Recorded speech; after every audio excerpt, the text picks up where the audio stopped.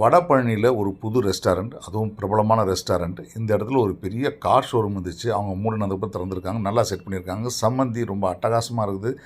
ஊறுகாய், மாங்காய் ஊறுகாய், அதுக்கப்புறம் வினிகர் வெங்காயம், கூடவே அவங்க கொடுக்குற வெங்காய பச்சடி. இதன் கூடவே நாங்கள் ஆர்டர் செய்த மலபார் பரோட்டா.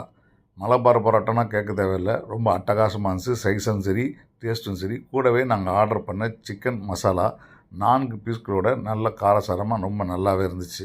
மலபார் பரோட்டா செம்ம சாஃப்ட்டு, நல்லாவே இருந்துச்சு. சிக்கனோட ரொம்ப நல்லா இருந்துச்சு. சம்மந்தியோட இன்னும் சூப்பராக இருந்துச்சு இந்த டேஸ்ட்டு. இது எங்கன்னா பரோட்டா விலை நியாயமாக இருந்துச்சு.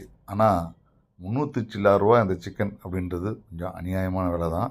என்ன தான் டேஸ்ட் நல்லா இருந்தாலும். ஏன்னா சம்மந்தி நல்லா இருக்குன்றதுனால, பரோட்டா நல்லா இருக்குன்றதுனால சைட் டிஷ்ஷை வந்து நம்ம அநியாய விலைக்கு சாப்பிட முடியாது. இந்த ரேட்டெல்லாம் அவங்க கொஞ்சம் கன்சிடர் பண்ணணும். அதே போல் இது எங்கே இருக்குன்னா வடபழனியில் தலச்சேரி ரெஸ்டாரண்ட். இது ரொம்ப ஃபேமஸான ரெஸ்டாரண்ட்டு. இவங்க இப்போது வடபழனியில் ஆரம்பிச்சிருக்கிறாங்க. போய் சாப்பிட்டு பார்த்து சொல்லுங்கள். வாசலில் இருக்கிற ஒரு டீ கடை செட்டப் ஒன்று இருக்குது, கஃபே. ரொம்ப அட்டகாசமான இடம். அந்த இடம் வந்து நல்ல செட்டப்பு, ரொம்ப நல்ல ஸ்பேஷியஸோட, கிரவுண்ட் ஃப்ளோர் ஃபுல்லாகவே அந்த ஸ்பேஷியஸோடு வச்சுருக்காங்க. ரொம்ப நல்லாயிருக்கு. சாப்பிட்டு பார்த்து சொல்லுங்கள்.